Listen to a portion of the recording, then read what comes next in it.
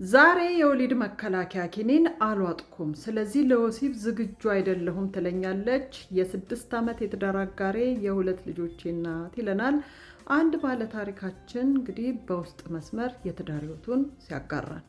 እንግዲህ ምን አለች ልጅ ጥሩ ናት፣ በጎረቤት በኔ ቤተሰቦች በሷ ቤተሰቦች በአካባቢ ሰው የተመሰገነች ልጆቿን ስታሳድግ በጣም ጎበዝ፣ የቤት አያያዟ ከኔም ጋር ያላት የትዳር ህይወት ጥሩ ነበር አለ። ነገር ግን ከቅርብ ጊዜ ወዲህ እህቴ አጠገቧ አላስደርስ ብላኛለች።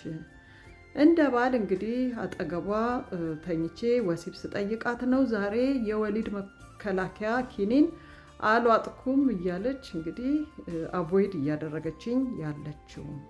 ለምንድነው የወሊድ መከላከያ ኪኒን አልወሰድሽም ስላት ማዲያት እያመጣብኝ አስቸገረኝ ትለኛለች።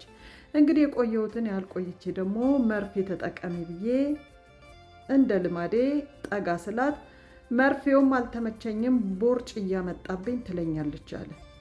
እንግዲህ ሁሉም ካልተመቸሽ ክንድ ስር የሚቀበረውን ኖርፕላንት የወሊድ መከላከያ ደግሞ አስቀብሪ ብዬ ስላት አይ እሱም አልተመቸኝም እጄን እያዛለው ወይንም እጄን እያመመኝ ነው ትለኛለች።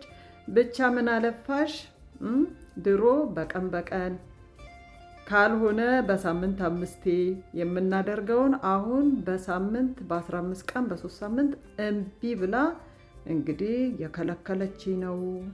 አሁን ወደ ውጭ ልወጣ እያሰብኩ ነው። ነገር ግን ሃይማኖቴስ ህሊናዬም አልፈቅዳለ የልጆቼ እናት ላይ እንዴት ቺት ላድርግ እያልኩ እኔ ግን እየተጎዳሁ ነው። ያሳዝናል። ሲሄድ ቺት አደረገ ወይኔ ያዙኝ ትላላችሁ። በቤት ውስጥ ደግሞ ስትጠየቁ እሺ አትሉም። ወንዶችም ሴቶችም ምን እየሆናችሁ ነው? እርግጥ ነው ሴክስን ወይንም የወሲብ ህይወትን የወሲብ ፍላጎትን አፌክት የሚያደርጉ ብዙ ነገሮች አሉ። የጤና ማጣት አለ። ባልየው ጠጪ፣ ሰካራም፣ ጫት ቃሚ፣ አጫሽ ከሆነ አፉ ሊሸታት ይችላል።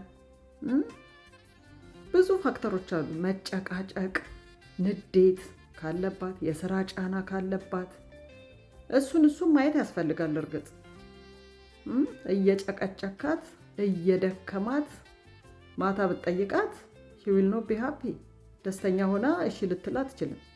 ስለዚህ እቺ ልጅ በወሊድ መከላከያ የምታላክከው እንግዲህ የሆነ something wrong እንደኔ ሱስ ካለ ጠረን፣ የአፍ ጠረን፣ የተለያዩ ጠረኖች ካሉ ከቅርብ ጊዜ ወዲህ የመጡ እሱን ቼክ አድርግ።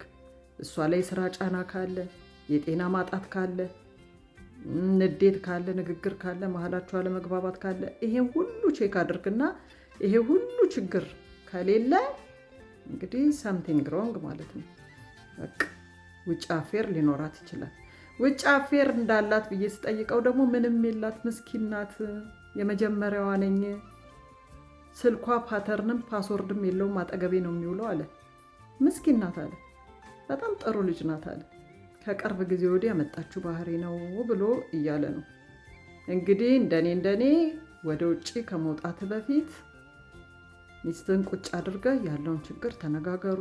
የሆርሞን ችግር ሊሆን ይችላል። ሆርሞናል ቴራፒ እንድታገኝ ሰፕሊመንት ካለ እሱን እንድታገኝ አግዛት። ሚስትህ ላይ፣ ቤትህ ላይ፣ ኑሮህ ላይ፣ ትዳር ላይ ስራ። ውጪ ምንም አይገኝም ከበሽታ ውጪ